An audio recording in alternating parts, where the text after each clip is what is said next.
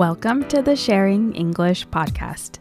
This summer, we're exploring the United States through one of its most popular sports.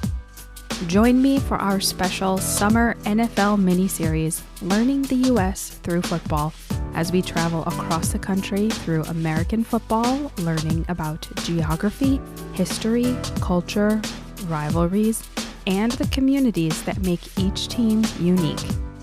Let's get started. Hey everyone, it's your host Freya. Last time, we learned how the NFL is organized into conferences and divisions. Today, we're beginning our tour of the league by exploring one of its most famous divisions, the NFC East. If the NFL were a television drama, the NFC East might be the star of the show. This division contains some of the league's biggest brands, largest fan bases, oldest rivalries, maybe most memorable moments, and probably the deepest pockets. The four teams are the Dallas Cowboys, the Philadelphia Eagles, the New York Giants, and the Washington Commanders.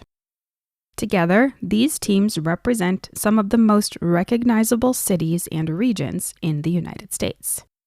And they also represent four very different versions of American identity. Let's begin with geography. At first glance, the NFC East seems a little strange. 3 of its teams are located in the northeastern and mid-Atlantic regions of the United States. The Giants represent the New York metropolitan area. The Eagles play in Philadelphia, Pennsylvania. And the Commanders play near Washington, D.C., the nation's capital. That's all pretty normal. But then there are the Dallas Cowboys. Texas is not in the eastern part of the country. So why are they in the NFC East? The answer is history. Over the years, the NFL has reorganized its divisions several times. But some rivalries became so important that the league decided to keep them together. As a result, Dallas remains part of the NFC East, even though it is located far to the southwest of the other teams. And honestly, many fans wouldn't want it any other way, because this division's rivalries are some of the best in football. Let's start with the Dallas Cowboys. The Cowboys are one of the most famous sports franchises in the world. Whether you love them or dislike them, you've probably heard of them if you watch the NFL. The Cowboys became nationally famous during the 1970s and earned the nickname America's Team. Some fans proudly embrace that nickname. Fans of other teams sometimes roll their eyes when they hear it. But there is no question that the Cowboys became one of the most recognizable brands in sports. The team represents the Dallas-Fort Worth area in Texas, a region that has grown rapidly over the past several decades. Football culture runs deep in Texas. Many communities treat high school football as a major social event. In fact, if you'd like to learn more about this aspect of American culture, I highly recommend Friday Night Lights. It began as a nonfiction book, was adapted into a movie, and later became a television series. While it focuses on high school football rather than the NFL, it provides a fascinating look at the role football can play in Texas communities. Some of the Cowboys' greatest figures include Coach Tom Landry and Hall of Fame players Troy Aikman, Emmitt Smith, and Michael Irvin. Today, the Cowboys remain one of the NFL's most valuable and most discussed teams. And yes, even fans of rival teams often joke that the Cowboys receive attention, whether they win or lose. Next, let's travel northeast to Philadelphia. Philadelphia is one of the oldest cities in the United States. Historically, it played a major role in the American Revolution and the founding of the country. The city's football team, the Philadelphia Eagles, reflects a culture of pride, resilience, and intensity. If you've ever heard people describe Philadelphia as a blue-collar city, they're referring to its strong working-class traditions. Blue-collar is a term often used to describe people whose work involves physical labor, manufacturing, construction, transportation, or skilled trades. Although Philadelphia has changed over the years, that identity remains an important part of the city's self-image. The Eagles have some of the most passionate fans in American sports. They are fiercely loyal, they celebrate enthusiastically, and they are known for having very high expectations. For decades, Eagles fans waited for a Super Bowl championship. Finally, in 2018, the team won its first Super Bowl, creating one of the most memorable celebrations in Philadelphia sports history. Today, the Eagles are one of the strongest teams in the league and remain a source of enormous pride for their city. Now let's move to the New York Giants. Despite their name, the Giants actually play their home games in New Jersey. However, they represent the larger New York metropolitan area, one of the most influential urban regions in the world. The Giants are one of the NFL's oldest franchises, dating back to 1925. They are often associated with tradition, stability, and history. Many families in the New York area have supported the Giants for generations. The team has won multiple championships and produced legendary players such as Lawrence Taylor and Eli Manning.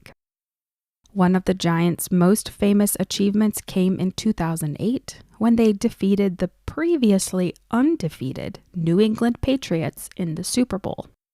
Many football fans consider it one of the greatest upsets in sports history. Compared with the Cowboys' glamorous image or the Eagles' emotional intensity, the Giants often feel like the traditional establishment franchise of the division. Finally, let's visit Washington. The Washington Commanders play near Washington, D.C., the capital of the United States. Because of this location, the team's fan base includes people from government agencies, the military, and the many suburban communities surrounding the city. Historically, Washington was one of the NFL's most successful franchises. Under coach Joe Gibbs during the 1980s and early 1990s, the team won 3 Super Bowls. In recent years, however, the franchise has experienced significant changes, including ownership changes and a new team name. Many fans see the current era as a chance for the organization to build a new identity. Washington also played an important role in one of the most interesting chapters of NFL history.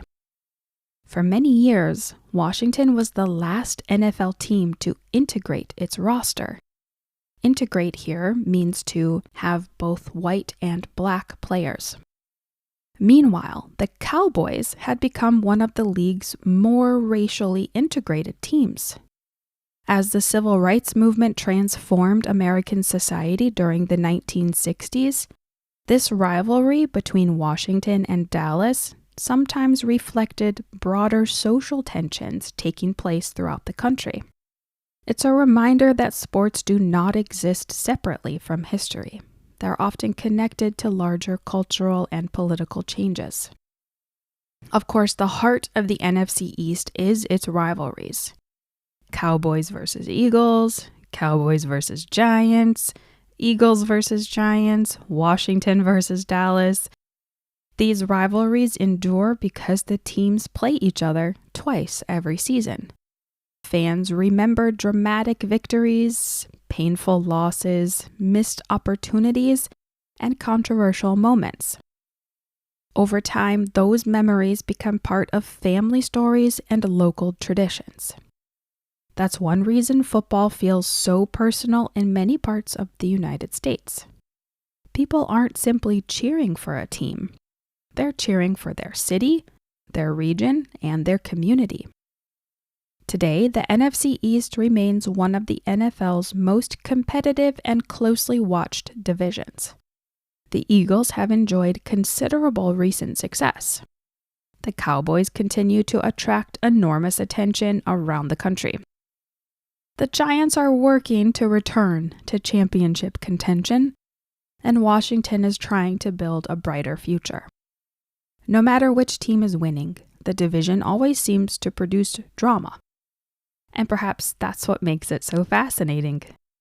The NFC East is more than a football division. It's a collection of different American identities.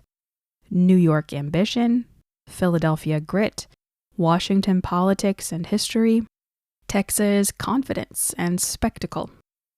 Together they tell a story about rivalry, community, and the many different cultures that exist within the United States. Now I'm curious, if you had to choose one NFC East team to support, which would it be and why? Let me know. Thank you for listening to the Sharing English podcast.